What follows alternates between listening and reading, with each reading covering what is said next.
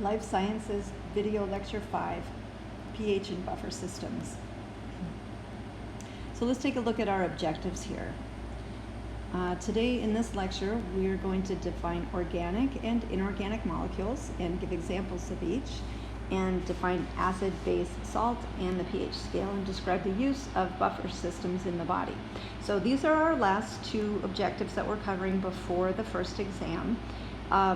So basically what we're looking at here is part of what we're doing is looking at the difference between organic chemistry and inorganic chemistry, and also then how that shows up in the study of the body. From here, the next step then is to go more deeply into looking at the inorganic aspect of chemistry within the body, and then from there we'll look at organic chemistry within the body. Okay, so if we look at our notes and we look here at our at the slides, the first thing we have here is the term organic. The term organic refers to living matter. So like physics, the field of chemistry has grown over time, and as we discover more, essentially we eventually discover so much within a field that we have to kind of create offshoots of that field, so that because we know too much for it to just be one field. And we saw that in physics, where we went from physics was all there was, and then 3 more fields of physics needed to be developed to account for everything we were able to observe as we began to expand our awareness of the universe. Similarly in chemistry, the more we study chemistry, the more we understand that there are some very significantly different types of molecules that we can study and look at. And so we divide the categories of chemistry into 2 main groups. One is organic chemistry and the other is inorganic chemistry. So the basic difference is organic chemistry organic chemistry is more related to biology and comes up more in the study of cells and what cells are doing with their large molecules. Whereas inorganic chemistry can be applied to the body, and we're going to take a look at inorganic chemistry throughout the body, but it is also applied everywhere else as well. So we're only going to find organic chemistry within living systems, whereas inorganic chemistry are supportive of living systems. So we find them everywhere, but they're not. They don't necessarily involve a living system. So let's take a look at some of our definitions here. So we've already looked at organic.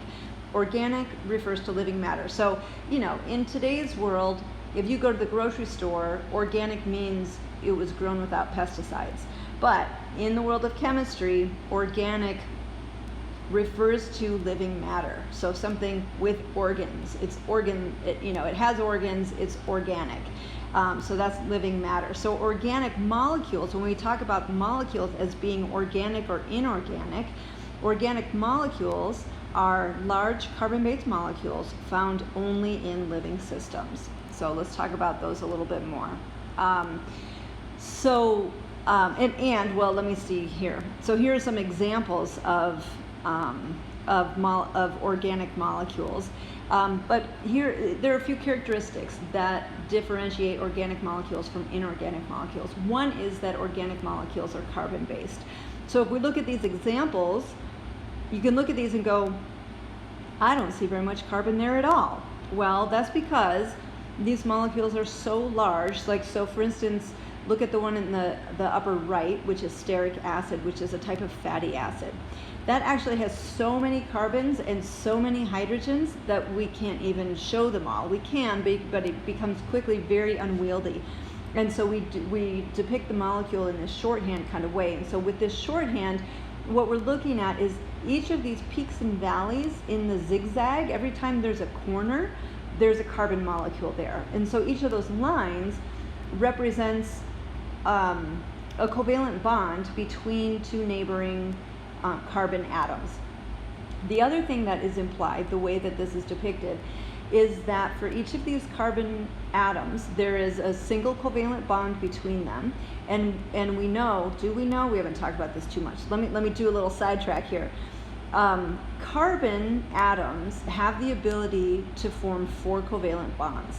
That's what makes them such a good structural foundation for large organic molecules. So if we look at a carbon atom, we see that the carbon has its atomic number is 6, which tells us there are 6 protons in the nucleus and 6 electrons. So 2 electrons in the first shell, 4 electrons in the second shell. We know that the second shell can hold up to 8.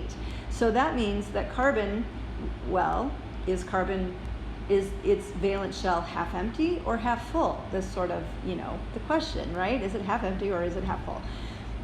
Carbon, I think, likes to look at itself as half full because it does not tend to get rid of those electrons. It tends to share electrons.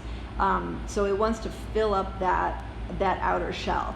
And so it has the potential to form 4 covalent bonds, and it does that often. And those 4 covalent bonds, you can kind of think of carbon as being like the ultimate Lego or something. It's like the perfect building block that you can put together and build lots and lots of things with it because you can attach 4 atoms to it with covalent bonds. Or fewer if they're double covalent bonds or triple covalent bonds. But very often carbon will form 4 covalent bonds, or it will form a double covalent bond and then 2 single covalent bonds. That's typically what we see with carbon. So anyway, carbon is this great foundational building structure for these very large organic molecules. So if we look at stearic acid again, this fatty acid, so each of those peaks and valleys, at each of those corners, we have a carbon atom. Each of those lines of the zigzag represents a single covalent bond between 2 neighboring carbon atoms. And that it is a single covalent bond implies that each of those carbons also has a single covalent bond between 2 hydrogen, itself and 2 other hydrogen atoms. So we, just because of the way it's depicted, we just know this. Because that's how organic molecules are drawn. Because if we were to draw in all of those carbons and all of those hydrogens and all of those bonds, there'd be just so much here to look at. So this is sort of a shorthand version of drawing an organic molecule. The one below it is cholesterol. And again, we see a couple of carbons here, but we don't see a ton of them. There is one little zigzag at the top of the cholesterol molecule, and that is like stearic acid, where it's carbons at each of those corners. But then a lot of cholesterol is these 4 rings that you see that's more on the left-hand side of the molecule. And those 4 rings are essentially rings of carbon. So again, at each of those corners, we have a carbon molecule, and if it has a single covalent bond between it and its neighbor, then it has 2 hydrogen molecules bonded, or 2 hydrogen atoms bonded to it as well. You can see one place where there's a double bond down at the bottom of the cholesterol molecule. So way at the bottom of the molecule, there are 2 hexagon shapes side by side. The hexagon that's on the right has 2 lines on one of its sides. That indicates a double covalent bond. So that means that those carbons between that bond have they're sharing 2 sets of electrons between themselves, and so then then that will impact the number of hydrogens that are or are not attached to those carbons. But anyway, so looking at these starts to give you a little bit of a sense of organic molecules. Let's see what else is in our notes here that we should talk about. So organic molecules, like we've seen, have a lot of carbon in them, and they have even more hydrogen in them. But oftentimes when we look at the depiction of it, like the way we're looking at it on the slide, we don't necessarily see all those C's and H's the way we would expect to. But that's implied here, that there's a lot of carbon and a lot of hydrogen. We also have a fair amount of oxygen, which we can see here and there, especially like if you look at glucose. You can see a number of oxygen molecules. So all of those O's there are oxygen molecules. And you can see some oxygen molecules below glucose in that molecule, which is lysine, which is one of our amino acids. So we see oxygen fairly frequently in organic molecules, we also see nitrogen and phosphorus in especially in like DNA and RNA. So so the size of organic molecules ranges from, like, for instance, glucose is one of the smaller organic molecules that we'll find that has like 6 carbons in it. But organic molecules can range all the way up to hundreds of atoms to thousands to even millions of atoms, like in the case of DNA. Okay, so so we primarily see covalent bonds in our organic molecules, but there are also hydrogen bonds in these molecules, and the hydrogen bonds are the bonds that actually, so because these molecules are so large, we can't think of them as sort of being 1 or 2 dimensional. We need to think of them as being 3 dimensional. So they have bends and curves and twists to them that give them 3 dimensions, but those bends and curves and twists need to be held in place so that the molecule doesn't fall apart if it's moving around in a solution or whatever, and those are held in place with hydrogen bonds. So recall that hydrogen bonds are a bond between a slightly negative and a slightly positive part of either 2 different molecules or 2 different parts of the same molecule, and so that helps to create that structure that we need to make our large organic molecules work. All right, so organic molecules in the body, what these guys are doing is they are our molecules of storing and releasing energy. They are the molecules of the structure of the body, and they are molecules of storage and transference of energy or of information throughout the body. So some examples of organic molecules are DNA and RNA. Those are our nucleases. So our DNA, where our genetic material is stored, and RNA, which is a temporary molecule that stores genetic information. Those are organic molecules. ATP, which is our energy exchange molecule in the body, and we'll take a closer look at all of these when we look at organic molecules.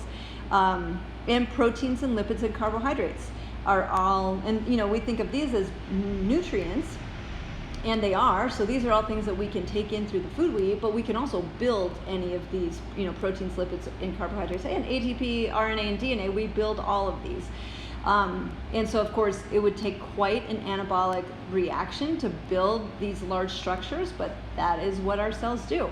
And it would take quite a lot of catabolic reactions to break these things down, and that is also what we do. If we need to break down old cells, we'll break down all this stuff. Or if we're breaking down cells of food that we've eaten, there will be proteins and lipids and carbohydrates and DNA and RNA all in there, and we'll break those down. And so that's what a lot of what's happening in the digestive system. Okay, so organic molecules are large carbon-based molecules that are doing kind of the big functions of living systems. Now, by big functions, we mean, these are still microscopic, they're happening inside of cells, but this is, energy, making energy, storing energy, this is building the body, this is communicating throughout the body. All of those things happen with organic molecules. Inorganic molecules, to contrast them, are small molecules. So they might have some carbon in them, like carbon dioxide, for instance, is an inorganic molecule that has carbon in it, but these are teeny tiny in comparison to the organic molecule. So inorganic molecules might be only 2 atoms or 4 atoms, or, they're probably not going to be much bigger than, not much bigger than 12 atoms. That would be a fairly sizable inorganic molecule. But the presence of carbon is not the defining feature of inorganic molecules. I mean, we could almost say the absence of carbon is more of a defining feature, but there are inorganic molecules that have carbon in them.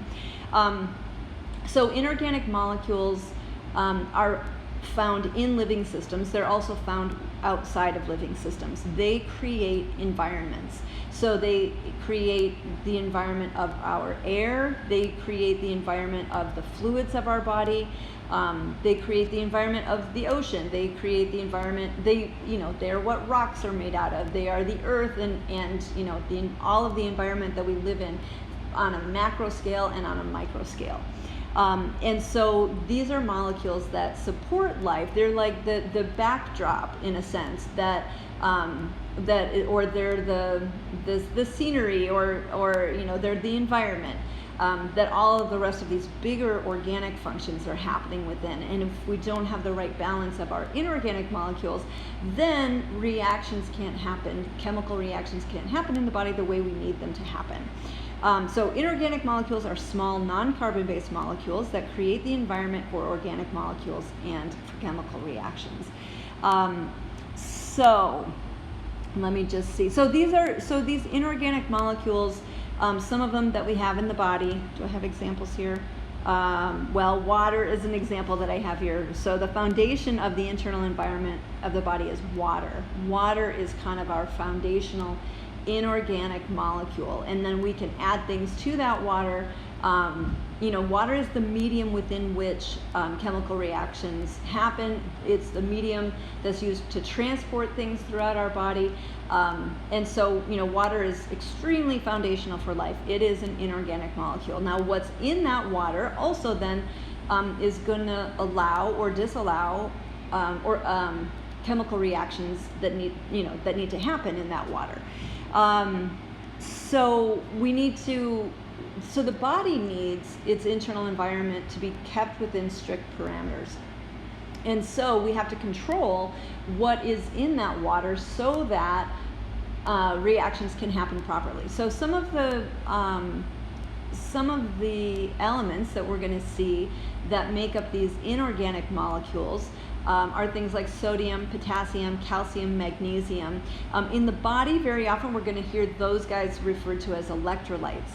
These are molecules, and they might just be in an atom form, but they often hang out in their ionic form. And that's true of a lot of inorganic molecules, but not all.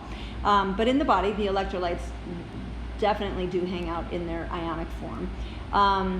And so these are the substances that allow us to, for instance, conduct electricity through our body, which is how we get our nerves or how our nerves communicate, and how we get our muscles to contract, how we get our heart to beat, and all of those rather foundational important functions that happen. The pH, we're going to talk about pH here next, but the pH is of the fluids of the body is kept in balance by these inorganic molecules. Some other inorganic molecules we find in the body, or I could say, and again, some of these might just be atoms. They might just be, the element, or they might be parts of small molecules. So some examples are zinc, iron, manganese, copper. These are all things like, if we're taking those things in through our body, we're not going to call them macronutrients the way we'll call our proteins and carbohydrates and lipids. We'll call those macronutrients. These guys are minerals, so vitamins and minerals are things that we need. Vitamins are small molecules. Often they're inorganic, or they're a combination of a small organic molecule with some inorganic component to it.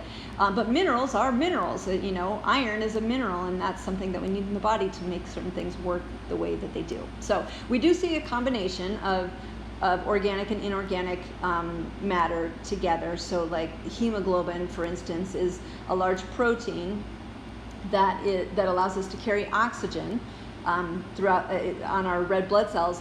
Hemoglobin, a key component of hemoglobin is iron. So iron is inorganic. The oxygen that it carries is inorganic, but the molecule itself, the protein, that big structure that's called hemoglobin, that is an organic molecule. Okay, so our gases in our body are also inorganic. So oxygen, carbon dioxide, those are things we hear about a lot. Those are inorganic molecules. And the acids and bases and salts in our body are also inorganic molecules. So our focus here today in this lecture is on the internal environment of the body. So we're starting to kind of lay this foundation about what is the interior of the body, and what is that environment, and what support goes into it to make it what it needs to be in order to support the life of the body. So let's then go from here and talk about pH. So that takes us actually to the next topic, which is water. So I mentioned that water is the foundation of the internal environment of the body. Now, water, when we've looked at it, we could think of water as being made up of one oxygen of atom and two oxygen atom, one oxygen atom and two hydrogen atoms covalently bonded together. Okay, so that is an accurate depiction of water. That's what we're looking at here. We can see on the bottom we have one oxygen atom, and then on top we have two hydrogen atoms. They're sharing electrons, therefore they are covalently bonded. So yes, that is water. However, we could also think of water in ionic terms. Okay, so if we think of water as being made up of ions, what ions is it made up of? Well, it would be made up of a hydrogen ion. So let's remember that a hydrogen ion, so on the left here, what we're looking at is a hydrogen atom in its natural state. So it has its one proton in the nucleus and its one electron orbiting around it in that first shell. On the right, what we see is the hydrogen ion, which is a cation because it has a positive charge, because what has happened here to turn this into an ion is that electron gets lost, which means that whole shell that can hold the electrons is gone, and all we're left is that one proton in the nucleus. So remember then that a hydrogen ion is basically just a proton. So anyway, in being so, it is a cation because it has a positive charge. So this is a hydrogen ion. So that's one ion that could be a part of water if we were to think of water as being ionically bonded rather than covalently bonded. And basically water can go either way. It usually does have covalent bonds that are holding it together. But if you've heard of ionized water, that's water where the bonds are slightly different and is actually ionic bonds that are holding the atoms together. So the other ion that would make up water would be the hydroxide ion. So here's a depiction of a hydroxide ion. So what hydroxide is one oxygen and one hydrogen. So this oxygen and hydrogen is covalently bonded, so they're sharing an electron, but this oxygen molecule has such a hefty nucleus that it has the ability to pull one more electron to it as well. So that makes this molecule have an overall negative charge. So we call this a hydroxide ion. So it's a small molecule that is an ion because it has an overall, it has a charge, and in this case it's a negative charge. So it's kind of like, you can kind of imagine that if this had been water, if this had been an oxygen with two hydrogens covalently bonded to it, it's like one of the hydrogens left, but left its electron behind. And so that's how that hydrogen turned into a hydrogen ion. It left its electron with oxygen, which has a bigger, stronger nucleus to create a stronger pull and has the ability to hold that other electron to it. And compared to the amount of pull that a single proton has, the oxygen nucleus can pull more strongly and keep the electron there. So you can kind of think of this as having been a water molecule that's separated apart. And so what we have on one side is a hydrogen ion, so it's oxygen and hydrogen covalently bonded with an extra electron, so it has a negative charge. And then elsewhere we have that lost proton that is the hydrogen ion. Okay, so those two ions are very important when we talk about pH. Now let's go back to thinking about water here for a minute, and thinking about, actually let me go back to, do I have water? Yeah, there's water. So if we think of water in ionic form, or in ionic terms, What that means is we have one hydrogen ion and we have one hydroxide ion. So the number of hydrogen and hydroxide ions is equally balanced, okay, in water. So we could call water water, we could call it H2O, we could call it HOH, or hydrogen hydroxide. So HOH, hydrogen hydroxide, that would be ionic water, and where there's an ionic bond holding it together, one covalent bond and one ionic bond. And that brings us to pH. Okay, so what is pH? So this is the pH scale that we're looking at. Sometimes it is shown horizontally. This one is shown vertically. The middle of the scale is 7. 7 on a pH scale is neutral. It's not acidic and it's not basic or alkaline.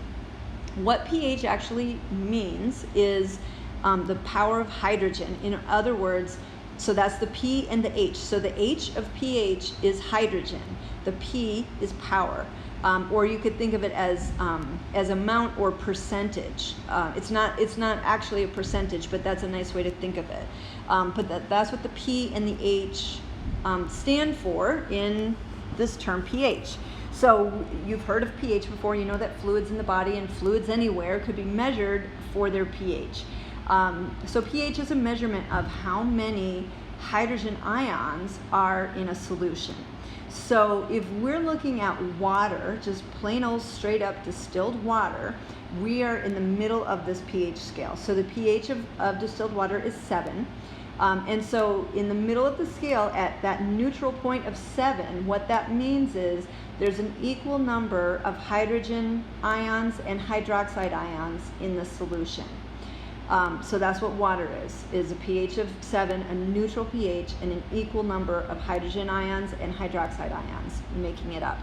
Now, if we were to look now at the acidic end of the scale, each step on that scale, so if we go from 7 to 6 to 5 to 4, each of those jumps is 10 times more acidic than the previous number.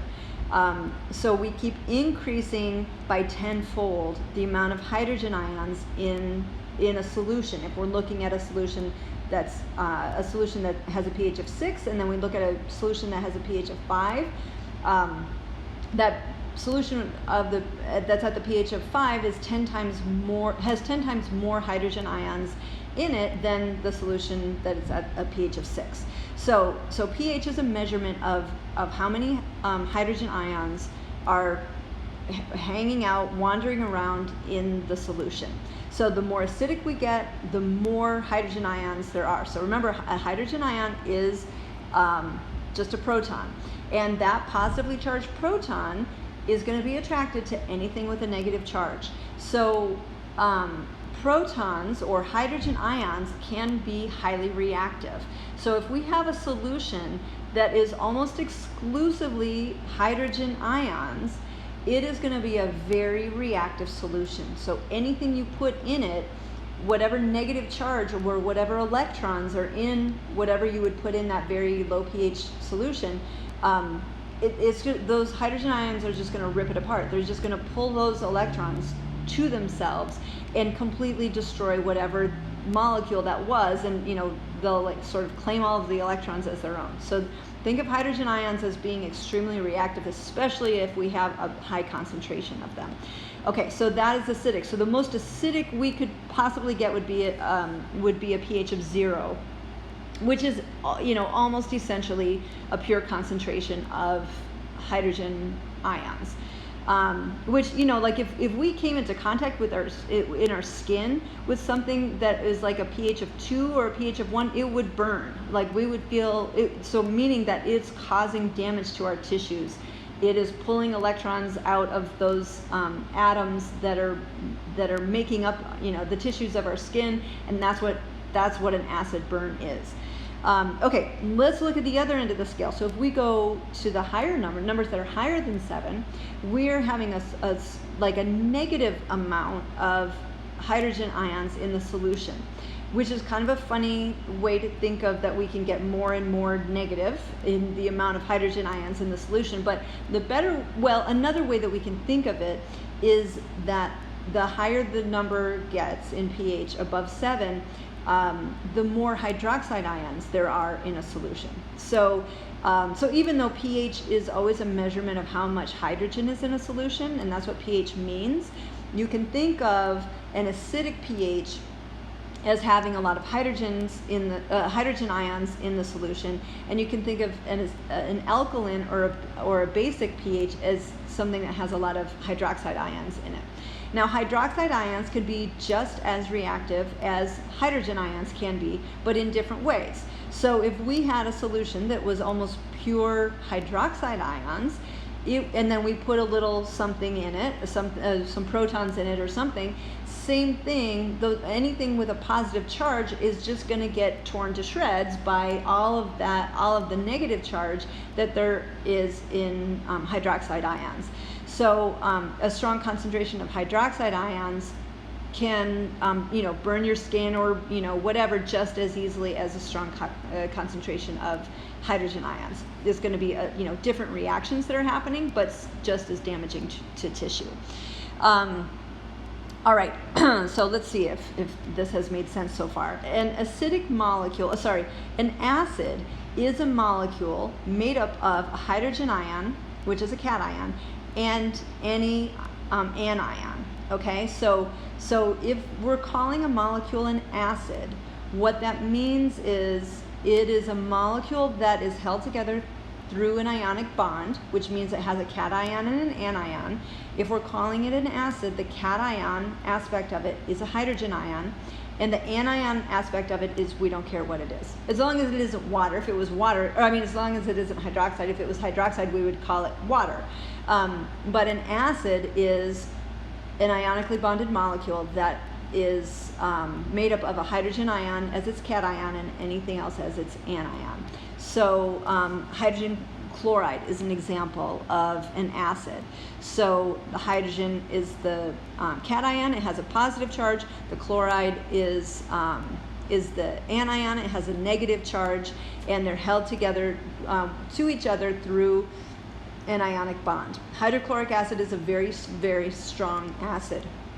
This, of course, is the acid of our stomach acid, but it's a very strong acid, meaning that the hydrogen comes off of the chloride really easily. So the chloride is a big molecule, so it can hold the hydrogen to it, but it has a strong negative charge, and that hydrogen ion has a positive charge. But if you put it in water, that hydrogen is going to come off the chloride, and so basically what hydrochloric acid does in water is it donates hydrogen ions to that solution, which then is going to change the pH of that solution.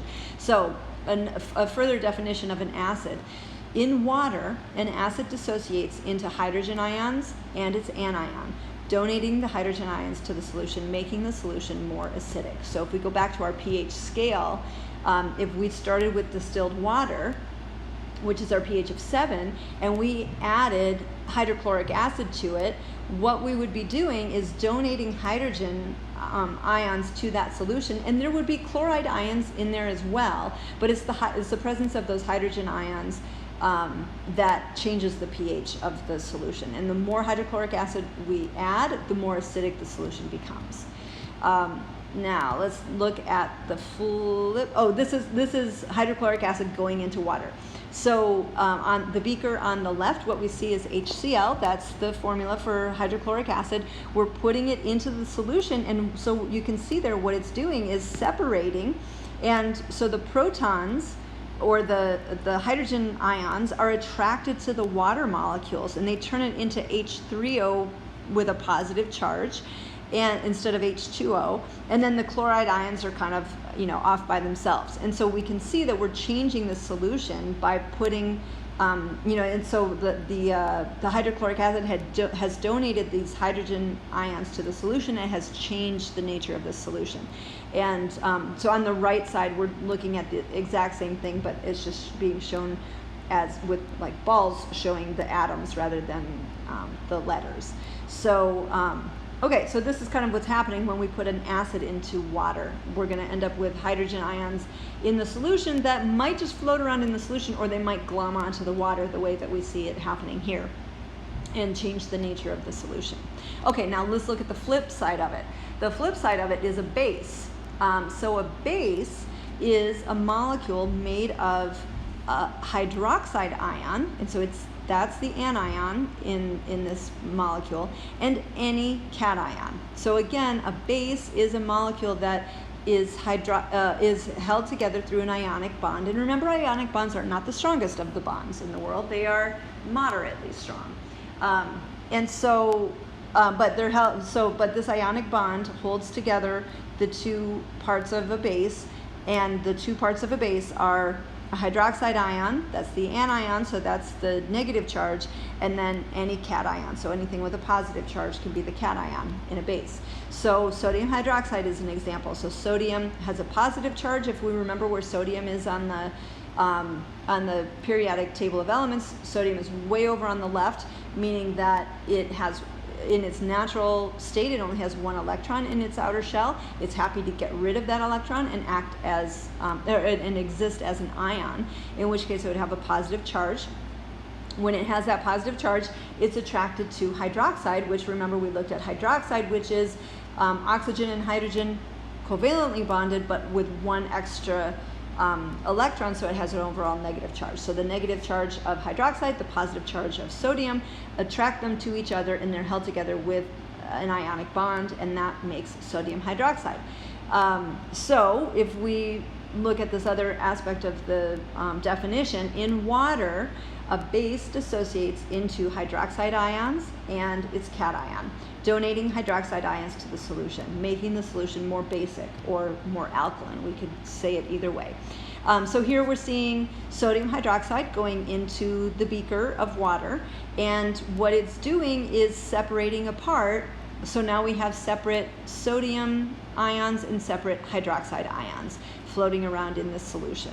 And so on the right, we're seeing the same thing, but again, it's just being depicted differently. Okay, so have we changed the pH of the solution? Yes, we have.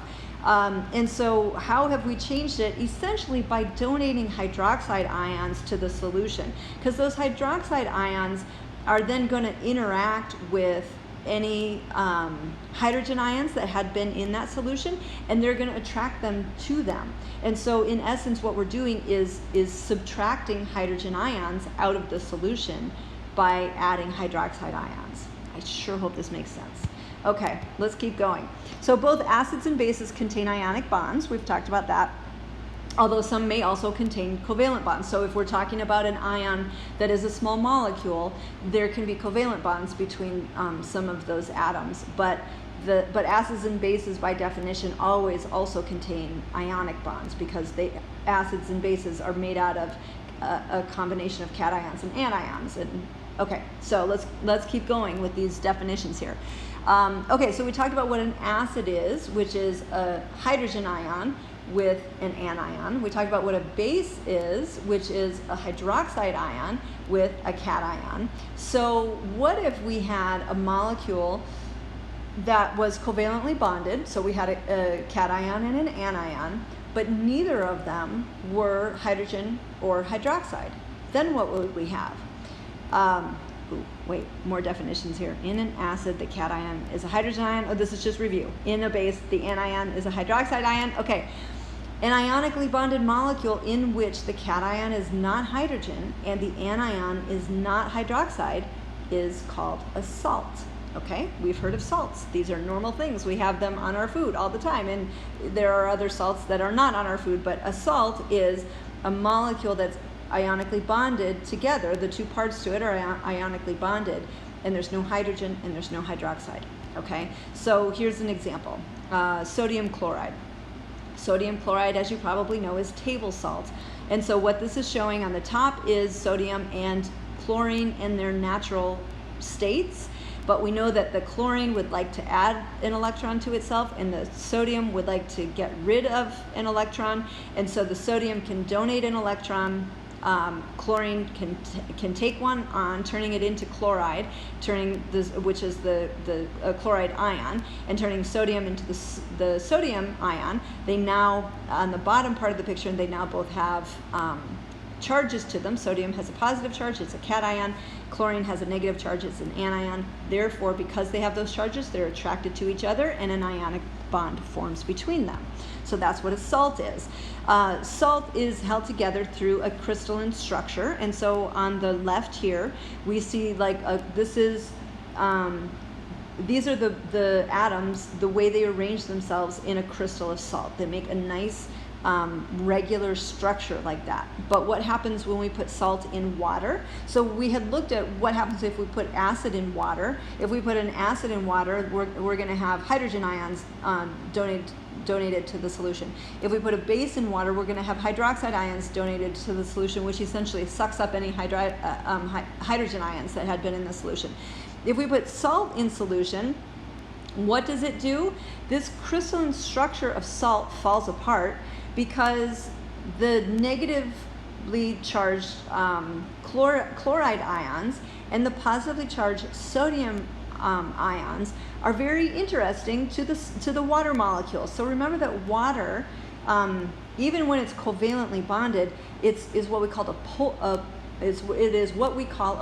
covalent bond, or it has what we call polar covalent bonds, which means that the electrons are unequally shared, which means that the electrons tend to hang out, in the case of water, they tend to hang out on the oxygen side of water, so the oxygen side tends to be more negative, and then the hydrogen side tends to be more positive, because we kind of have these protons sticking out there, in the breeze, where the electrons are hanging out more around the oxygen. So we have this slightly positive and slightly negative ends to water molecules. Those ends of water with the different charges get attracted to these the ions that make up salt, and it pulls the salt apart. So water molecules will gather all around. So you can see up on the top right, we see a chloride ion. So it's still an ion, it has its negative charge, but the positively charged end of water, so the proton or the hydrogen ion end of water, is attracted to it. So it gets close to it, and it gets so close to it that it kind of pushes away the sodium. And we can also see these sodium ions here that are attracting the oxygen, the negative end of the water molecules. So what we are looking at here on the right is sodium chloride in water. So that sodium chloride falls apart, it dissolves in water, and that is what we would call salt water, of course, right? This is now not water, with salt in it. The salt has fallen apart and dissolved in the water, and that makes salt water. Okay. So our last little bit that we need to talk about on this video, that has already gone on too long, I apologize for that, is buffers. So buffers are weak acids or weak bases that help to regulate the pH of a solution by absorbing or donating hydrogen ions to the solution.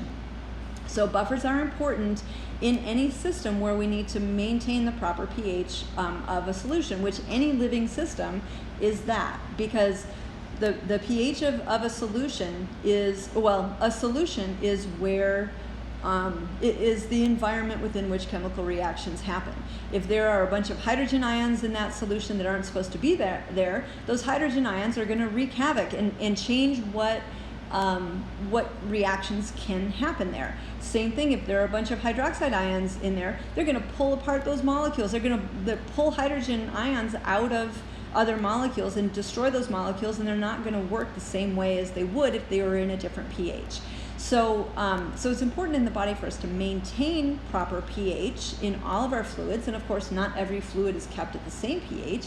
Blood has a different pH than urine does, which has a different pH than stomach acid does, which has a different pH than pancreatic juice does, which has a different pH than the mouth, and a different pH than our interstitial fluids.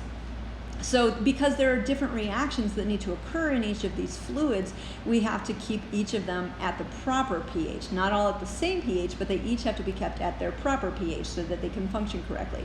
So buffers are how we do that.